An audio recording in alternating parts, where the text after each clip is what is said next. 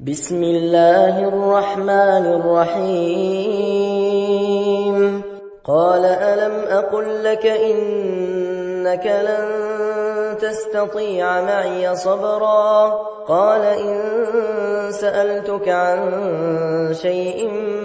بعدها فلا تصاحبني قد بلغت من لدني عذرا فانطلقا حتى إذا أتيا أهل قرية استطعما أهلها فأبوا أن يضيفوهما فوجدا فيها جدارا يريد أن ينقض فأقامه قال لو شئت لاتخذت عليه أجرا قال هذا فراق بيني وبينك سأنبئك بتأويل ما لم تستطع عليه صبرا أما السفينة فكانت لمساكين يعملون في البحر فأردت أن أعيبها وكان وراءهم ملك يأخذ كل سفينة غصبا وأما الغلام فكان أبواه مؤمنين فخشينا أن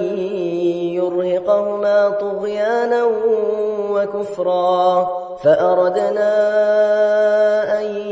يبدلهما ربهما خيرا منه زكاة وأقرب رحما وأما الجدار فكان لغلامين يتيمين في المدينة وكان تحته كنز لهما وكان أبوهما صالحا فأراد ربك أن يبلغا أشدهما ويستخرجا كنزهما رحمة من ربك وما فعلته عن أمري ذلك تأويل ما لم تسطع عليه صبرا ويسألونك عن ذي القرنين قل سأتلو عليكم منه ذكرا إنا مكنا له في الأرض وآتيناه من كل شيء سببا فأتبع سببا حتى إذا بلغ مغرب الشمس وجدها تغرب في عين حمئة ووجد عندها قوما قلنا يا ذا القرنين إما أن تعذب وإما أن تتخذ فيهم حسنا قال أما من ظلم فسوف نعذبه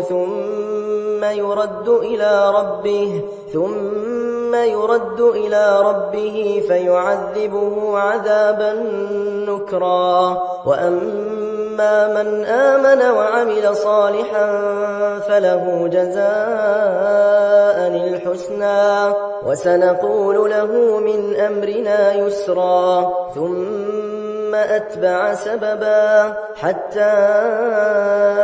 إذا بلغ مطلع الشمس وجدها تطلع على قوم لم نجعل لهم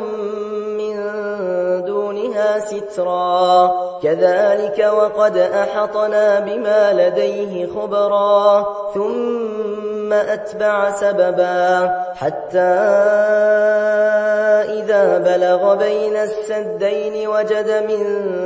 دونهما قوما لا يكادون يفقهون قولا قالوا يا ذا القرنين إن يأجوج ومأجوج مفسدون في الأرض فهل نجعل لك خرجا على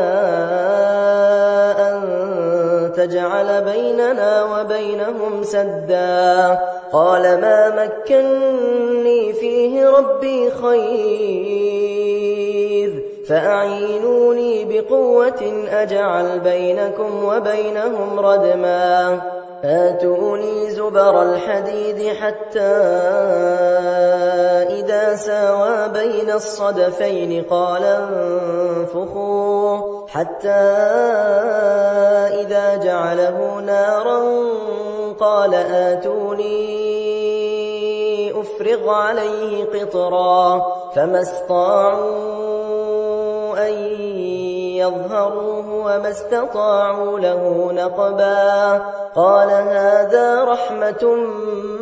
من ربي فإذا جاء وعد ربي جعله دكاء وكان وعد ربي حقا وتركنا بعضهم يومئذ يموج في بعض ونفخ في الصور فجمعناهم جمعا وعرضنا جهنم يومئذ للكافرين عرضا الذين كانت أعينهم في غطاء عن ذكري وكانوا لا يستطيعون سمعا أفحسب الذين كفروا أن يتخذوا عبادي من دوني أولياء إنا أعتدنا جهنم للكافرين نزلا قل هل ننبئكم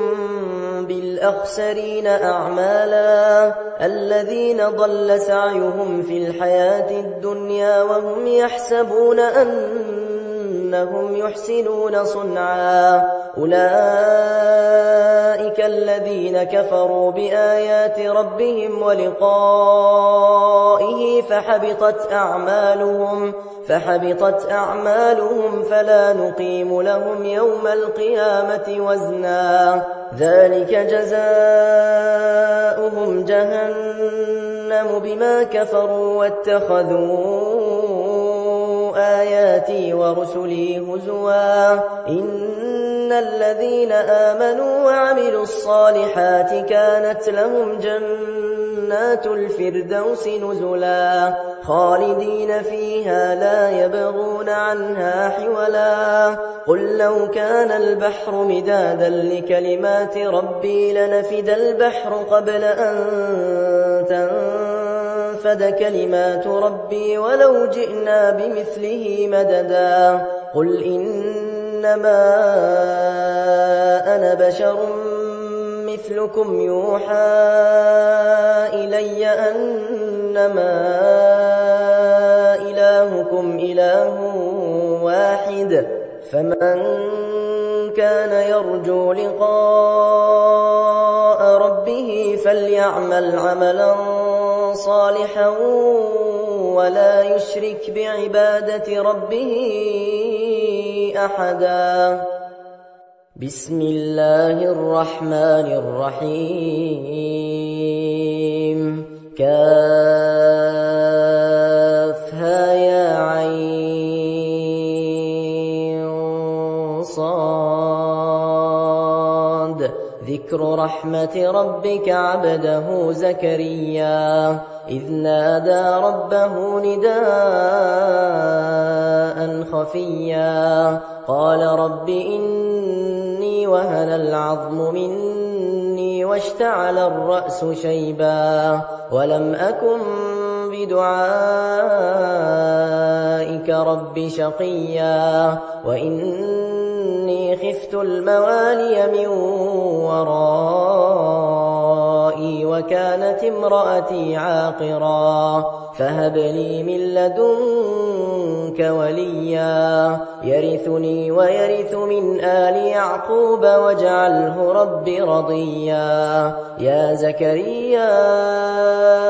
إنا نبشرك بغلام اسمه يحيى لم نجعل له من قبل سميا قال رب أنى يكون لي غلام وكانت امرأتي عاقرا وقد بلغت من الكبر عتيا قال كذلك قال ربك هو علي هين وقد خلقتك من قبل ولم تك شيئا قال رب اجعل لي آية قال آيتك ألا تكلم الناس 3 ليال سويا فخرج على قومه من المحراب فأوحى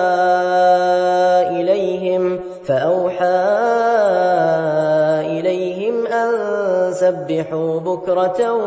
وعشيا يا يحيى خذ الكتاب بقوة وآتيناه الحكم صبيا وحنانا من لدنا وزكاة وكان تقيا وبرا بوالديه ولم يكن جبارا عصيا وسلام عليه يوم ولد ويوم يموت ويوم يبعث حيا واذكر في الكتاب مريم إذ انتبذت من أهلها مكانا شرقيا فاتخذت من دونهم حجابا فأرسلنا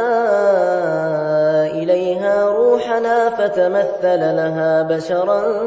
سويا قالت إني أعوذ بالرحمن منك إن كنت تقيا قال إنما أنا رسول ربك لأهب لك غلاما زكيا قالت أنى يكون لي غلام ولم يمسسني بشر ولم أك بغيا قال كذلك قال ربك هو علي هين ولنجعله آية للناس ورحمة منا وكان أمرا مقضيا فحملته فانتبذت به مكانا قصيا فأجاءها المخاض إلى جذع النخلة قالت يا ليتني مت قبل هذا وكنت نسيا منسيا فناداها من تحتها ألا تحزني قد جعل ربك تحتك سريا وهزي إليك بجذع النخلة تساقط عليك رطبا جنيا فكلي واشربي وقري عينا فإما ترين من البشر أحدا فقولي نذرت للرحمن صوما فلن أكلم اليوم إنسيا فأتت به قومها تحمله قالوا يا مريم لقد جئت شيئا فريا يا أخت هارون ما كان أبوك امرأ سوء وما كانت أمك بغيا فأشارت إليه قالوا كيف نكلم من كان في المهد صبيا قال إني عبد الله آتاني الكتاب وجعلني نبيا وجعلني مباركا أينما كنت وأوصاني بالصلاة والزكاة ما دمت حيا وبرا بوالدتي ولم يجعلني جبارا شقيا والسلام علي يوم ولدت ويوم أموت ويوم أبعث حيا ذلك عيسى ابن مريم قول الحق الذي فيه يمترون ما كان لله أن يتخذ من ولد سبحانه إذا قضى أمرا فإنما يقول له كن فيكون وإن الله ربي وربكم فاعبدوه هذا صراط مستقيم فاختلف الأحزاب من بينهم فويل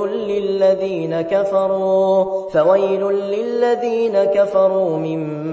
مشهد يوم عظيم أسمع بهم وأبصر يوم يأتوننا لكن الظالمون اليوم في ضلال مبين وأنذرهم يوم الحسرة إذ قضي الأمر وهم في غفلة وهم لا يؤمنون إنا نحن نرث الأرض ومن عليها وإلينا يرجعون واذكر في الكتاب إبراهيم إنه كان صديقا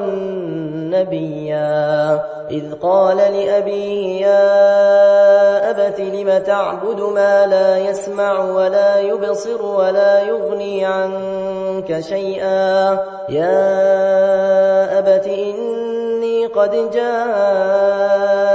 من العلم ما لم يأتك فاتبعني أهدك صراطا سويا يا أبت لا تعبد الشيطان إن الشيطان كان للرحمن عصيا يا أبت إني أخاف أن يمسك عذاب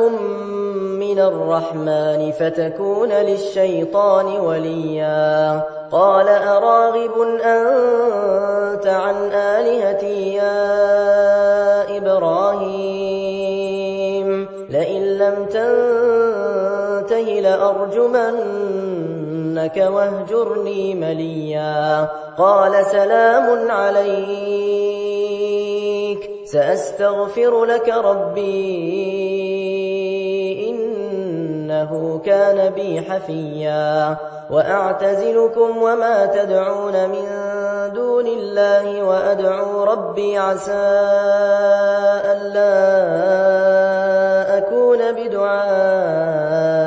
ربي شقيا فلما اعتزلهم وما يعبدون من دون الله وهبنا له إسحاق ويعقوب وكلا جعلنا نبيا ووهبنا لهم من رحمتنا وجعلنا لهم لسان صدق عليا واذكر في الكتاب موسى إنه كان مخلصا وكان رسولا نبيا وناديناه من جانب الطور الأيمن وقربناه نجيا ووهبنا له من رحمتنا أخاه هارون نبيا واذكر في الكتاب إسماعيل إنه كان صادق الوعد وكان رسولا نبيا وكان يأمر أهله بالصلاة والزكاة وكان عند ربه مرضيا واذكر في الكتاب إدريس إنه كان صديقا نبيا ورفعناه مكانا عليا أولئك الذين أنعم الله عليهم من النبيين من ذرية آدم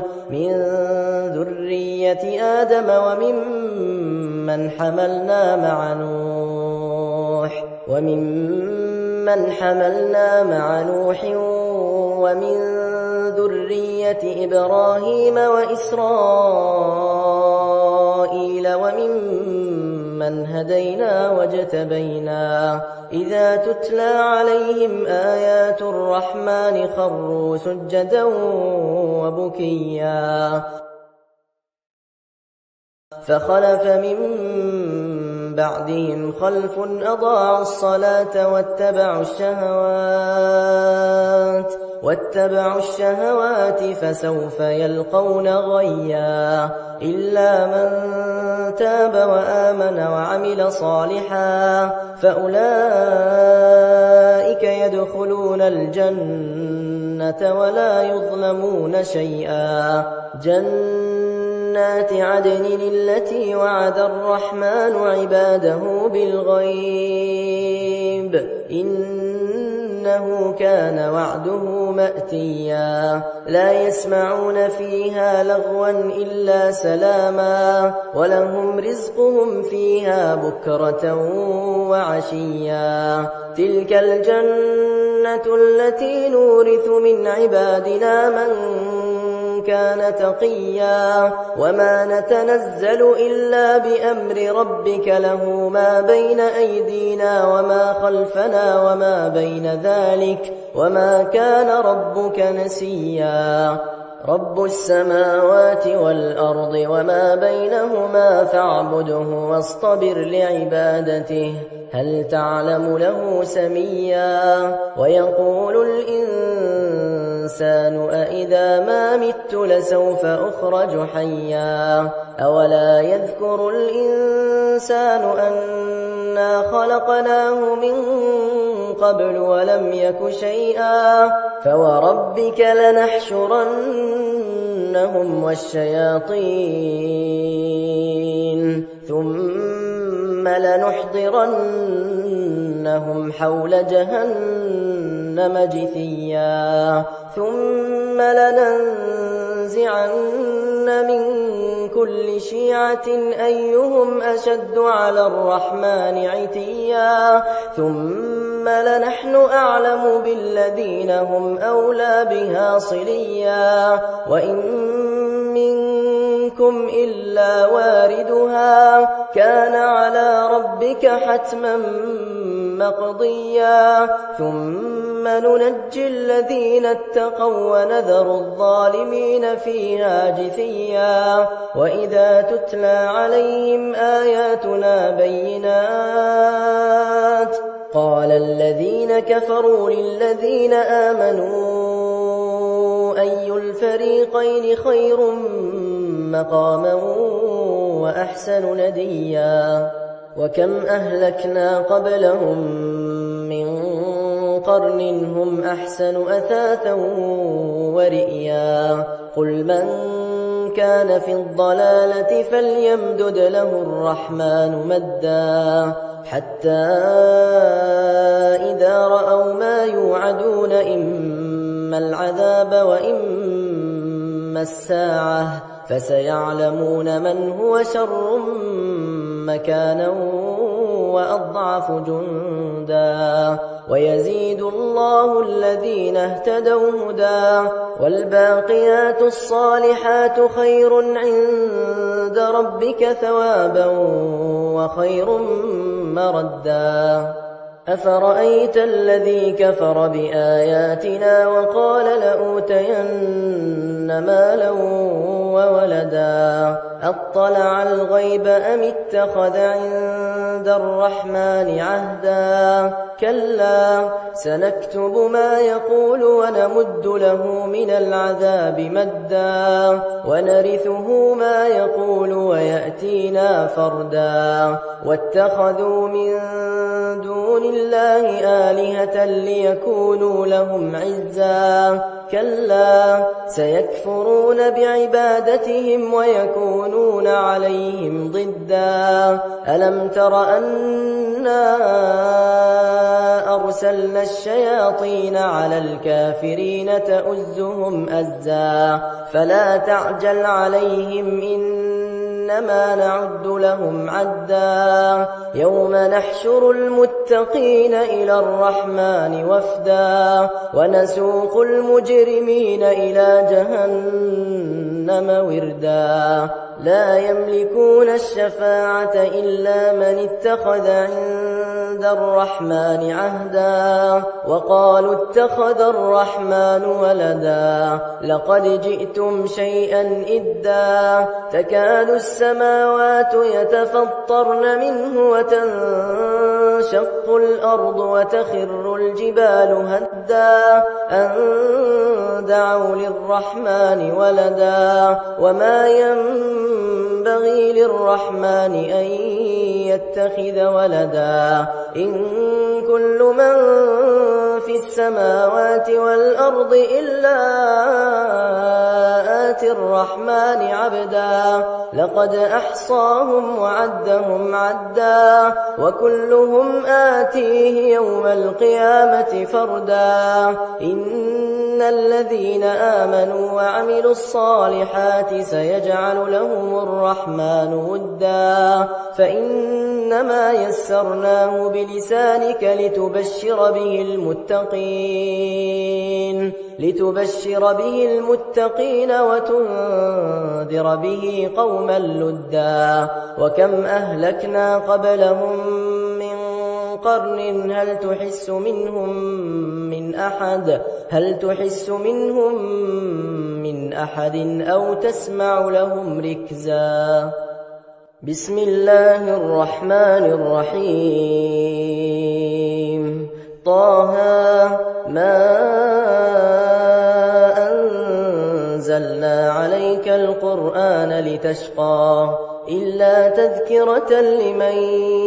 يخشى تنزيلا ممن خلق الأرض والسماوات العلا الرحمن على العرش استوى له ما في السماوات وما في الأرض وما بينهما وما تحت الثرى وإن تجهر بالقول فإنه يعلم السر وأخفى الله لا إله إلا هو له الأسماء الحسنى وهل أتاك حديث موسى إذ رأى نارا فقال لأهلهم كثوا إني آنست نارا لعلي آتيكم منها بقبس أو أجد على النار هدى فلما أتاها نودي يا موسى إني أنا ربك فاخلع نعليك إنك بالوادي المقدس طوى وأنا اخترتك فاستمع لما يوحى إنني أنا الله لا إله إلا أنا فاعبدني وأقم الصلاة لذكري إن الساعة آتية أكاد أخفيها لتجزى كل نفس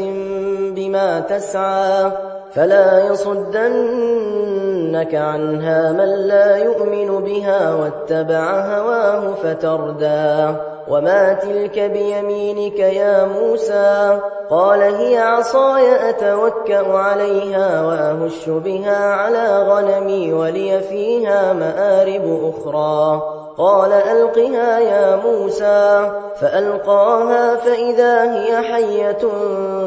تسعى قال خذها ولا تخف سنعيدها سيرتها الأولى واضمم يدك إلى جناحك تخرج بيضاء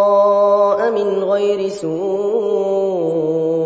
آية أخرى لنريك من آياتنا الكبرى اذهب إلى فرعون إنه طغى قال رب اشرح لي صدري ويسر لي أمري واحلل عقدة من لساني يفقه قولي واجعل لي وزيرا من أهلي هارون أخي أشدد به أزري وأشركه في أمري كي نسبحك كثيرا ونذكرك كثيرا إنك كنت بنا بصيرا قال قد أوتيت سؤلك يا موسى ولقد مننا عليك مرة أخرى إذ أوحينا إلى أمك ما يوحى أن اقذفيه في التابوت فاقذفيه في اليم فليلقه اليم بالساحل يأخذه عدو لي وعدو له وألقيت عليك محبة مني ولتصنع على عيني إذ تمشي أختك فتقول هل أدلكم على من يكفله فرجعناك إلى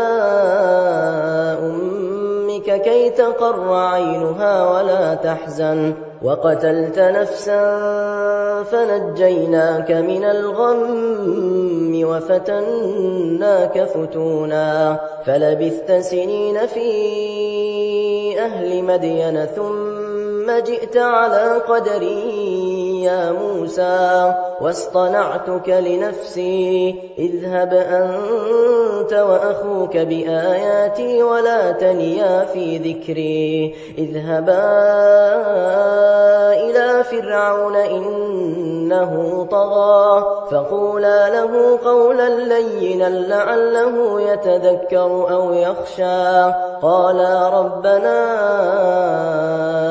إننا نخاف أن يفرط علينا أو أن يطغى قال لا تخافا إنني معكما أسمع وأرى فأتياه فقولا إنا رسولا ربك فأرسل معنا بني إسرائيل ولا تعذبهم قد جئناك بآية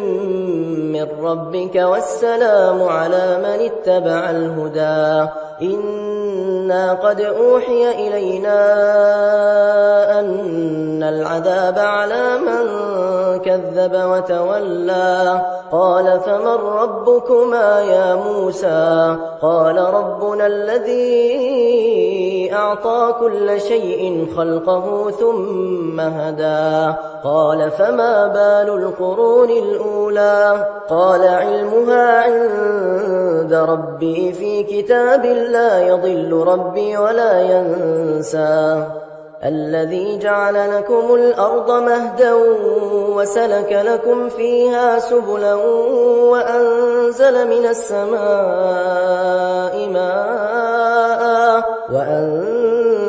السماء ماء فأخرجنا به أزواجا من نبات شتى كلوا وارعوا أنعامكم إن في ذلك لآيات لأولي النهى منها خلقناكم وفيها نعيدكم ومنها نخرجكم تارة أخرى ولقد أريناه آياتنا كلها فكذب وأبى قال أجئتنا لتخرجنا من أرضنا بسحرك يا موسى فلنأتينك بسحر مثله فاجعل بيننا وبينك موعدا لا نخلفه نحن ولا أنت مكانا سوى قال موعدكم يوم الزينة وأن يحشر الناس ضحى فتولى فرعون فجمع كيده ثم أتى قال لهم موسى ويلكم لا تفتروا على الله كذبا فيسحتكم بعذاب وقد خاب من افترى فتنازعوا أمرهم بينهم وأسروا النجوى قالوا إن هذان لساحران يريدان أن يخرجاكم من أرضكم بسحرهما ويذهبا بطريقتكم المثلى فأجمعوا كيدكم ثم أتوا صفا وقد أفلح اليوم من استعلى قالوا يا موسى إما أن تلقي وإما أن نكون أول من ألقى قال بل ألقوا فإذا حبالهم وعصيهم يخيل إليه من سحرهم أنها تسعى فأوجس في نفسه خيفة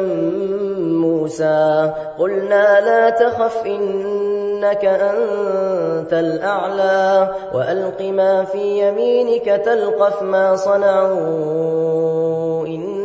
إنما صنعوا كيد ساحر ولا يفلح الساحر حيث أتى فألقي السحرة سجدا قالوا آمنا برب هارون وموسى قال آمنتم له قبل أن آذن لكم إنه لكبيركم الذي علمكم السحر فلأقطعن أيديكم وأرجلكم من خلاف ولأصلبنكم في جذوع النخل ولتعلمن أينا أشد عذابا وأبقى قالوا لن نؤثرك على ما جاءنا من البينات والذي فطرنا فاقض ما أنت قاض إنما تقضي هذه الحياة الدنيا إنا آمنا بربنا ليغفر لنا خطايانا وما أكرهتنا عليه من السحر والله خير وأبقى إنه من يأت ربه مجرما فإن له جهنم لا يموت فيها ولا يحيا ومن يأته مؤمنا قد عمل الصالحات فأولئك لهم الدرجات العلا جنات عدن تجري من تحتها الأنهار خالدين فيها وذلك جزاء من تزكى ولقد أوحينا إلى موسى أن أسر بعبادي فاضرب لهم طريقا في البحر يبسا لا تخاف دركا ولا تخشى فأتبعهم فرعون بجنوده فغشيهم من اليم ما غشيهم وأضل فرعون قومه وما هدى يا بني إسرائيل قد أنجيناكم من عدوكم وواعدناكم جانب الطور الأيمن ونزلنا عليكم المن والسلوى كلوا من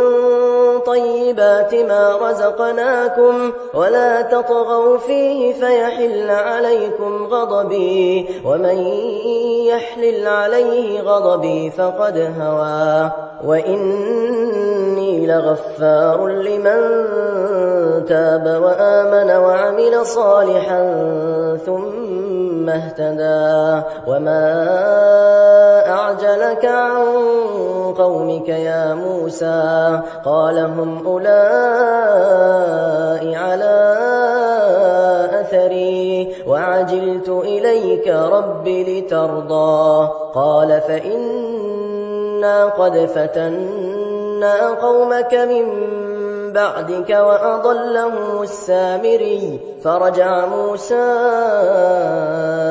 إلى قومه غضبان أسفا قال يا قوم ألم يعدكم ربكم وعدا حسنا أفطال عليكم العهد أم أردتم أن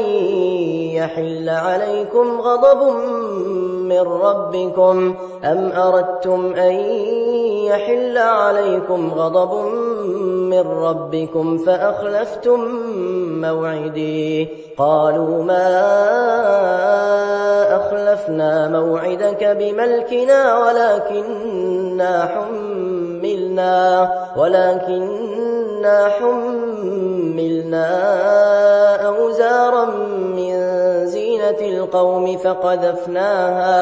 فقذفناها فكذلك ألقى السامري فأخرج لهم عجلا جسدا له خوار فقالوا هذا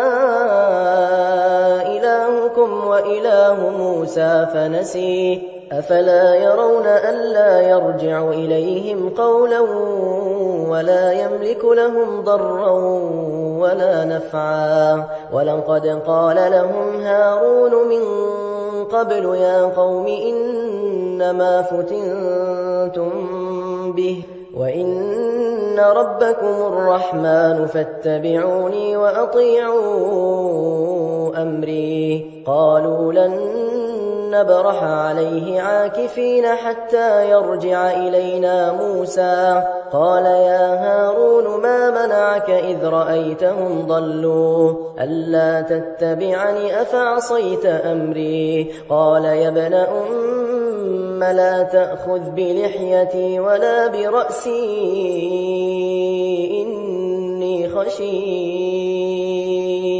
إني خشيت أن تقول فرقت بين بني إسرائيل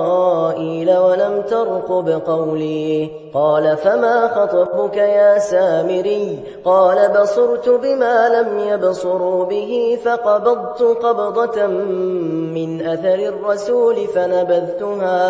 فنبذتها وكذلك سولت لي نفسي قال فاذهب فإن لك في الحياة أن تقول لا مساس وإن لك موعدا لن تخلفه وانظر إلى إلهك الذي ظلت عليه عاكفا لنحرقنه ثم لننسفنه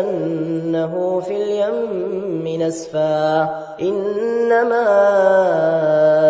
إلهكم الله الذي لا إله إلا هو وسع كل شيء علما كذلك نقص عليك من أنباء ما قد سبق وقد آتيناك من لدنا ذكرا من أعرض عنه فإنه يحمل يوم القيامة وزرا خالدين فيه وساء لهم يوم القيامة حملا يوم ينفخ في الصور ونحشر المجرمين يومئذ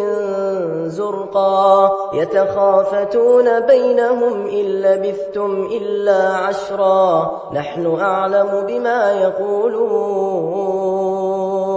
إذ يقول أمثلهم طريقة إن لبثتم إلا يوما ويسألونك عن الجبال فقل ينسفها ربي نسفا فيذرها قاعا صفصفا لا ترى فيها عوجا ولا أمتا يومئذ يتبعون الداعي لا عوج له وخشعت الأصوات للرحمن فلا تسمع إلا همسا يومئذ لا تنفع الشفاعة إلا من أذن له الرحمن ورضي له قولا يعلم ما بين أيديهم وما خلفهم ولا يحيطون به علما وعنت الوجوه للحي القيوم وقد خاب من حمل ظلما ومن يعمل من الصالحات وهو مؤمن فلا يخاف ظلما ولا هضما وكذلك أنزلناه قرآنا عربيا وصرفنا فيه من الوعيد لعلهم يتقون أو يحدث لهم ذكرا فتعالى الله الملك الحق ولا تعجل بالقرآن من قبل أن يقضى إليك وحيه وقل رب زدني علما ولقد عهدنا إلى آدم من قبل فنسي ولم نجد له عزما وإذ قلنا للملائكة اسجدوا لآدم فسجدوا إلا إبليس أبى فقلنا يا آدم إن هذا عدو لك ولزوجك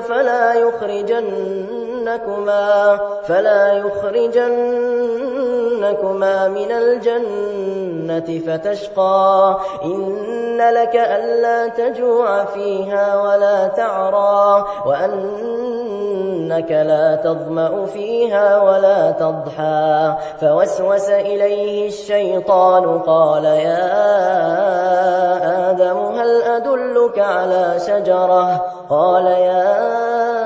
آدم هل أدلك على شجرة الخلد وملك لا يبلى فأكلا منها فبدت لهما سوآتهما وطفقا يخصفان عليهما من ورق الجنة وعصى آدم ربه فغوى ثم اجتباه ربه فتاب عليه وهدى قال اهبطا منها جميعا بعضكم لبعض عدو فإما يأتينكم مني هدى فمن اتبع هداي فلا يضل ولا يشقى ومن أعرض عن ذكري فإن له معيشة ضنكا ونحشره يوم القيامة أعمى قال رب لم حشرتني أعمى وقد كنت بصيرا قال كذلك أتتك آياتنا فنسيتها وكذلك اليوم تنسى وكذلك نجزي من أسرف ولم يؤمن بآيات ربه ولعذاب الآخرة أشد وأبقى أفلم يهد لهم كم أهلكنا قبلهم من القرون يمشون في مساكنهم إن في ذلك لآيات لأولي النهى ولولا كلمة سبقت من ربك لكان لزاما وأجل مسمى فاصبر على ما يقولون وسبح بحمد ربك قبل طلوع الشمس وقبل غروبها ومن آناء الليل فسبح وأطراف النهار لعلك ترضى ولا تمدن عينيك إلى ما متعنا به أزواجا منهم زهرة الحياة الدنيا لنفتنهم فيه ورزق ربك خير وأبقى وأمر أهلك بالصلاة واصطبر عليها لا نسألك رزقا نحن نرزقك والعاقبة للتقوى وقالوا لولا يأتينا بآية من ربه أولم تأتهم بينة ما في الصحف الأولى ولو أنا أهلكناهم بعذاب من قبله لقالوا ربنا لولا أرسلت إلينا رسولا فنتبع آياتك من قبل أن نذل ونخزى قل كل متربص